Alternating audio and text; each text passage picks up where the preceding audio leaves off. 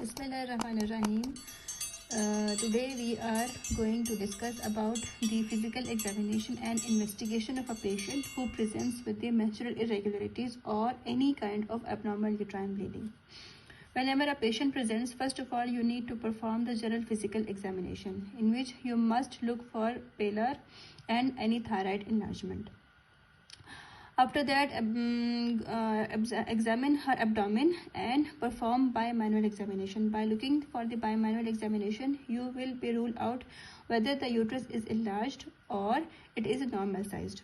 If the uterus is enlarged, then you must go for the ultrasound scan. That is the first line investigation of any patient who presents with the abnormal uterine bleeding.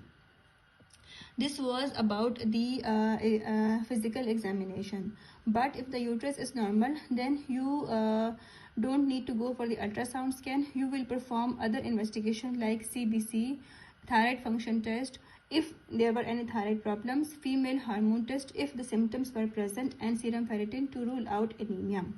This was about the basic investigation. Then there are some specific investigation of patient who and then there are some specific investigation. You have performed the bimanual examination, and if the uterus is enlarged, then there is transvaginal scan as well as transabdominal scan if the uterus was palpable abdominally. If uterus is palpable abdominally, you will go for the TVS plus TAS, but if the uterus was not enlarged, then you will go for the transvaginal scan.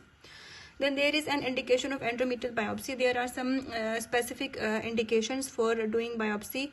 Any patient who has not responded to medical treatment, or if a patient who presents with the family history of carcinoma, or there are risk factors for the endometrial carcinoma, then we will go for the biopsy.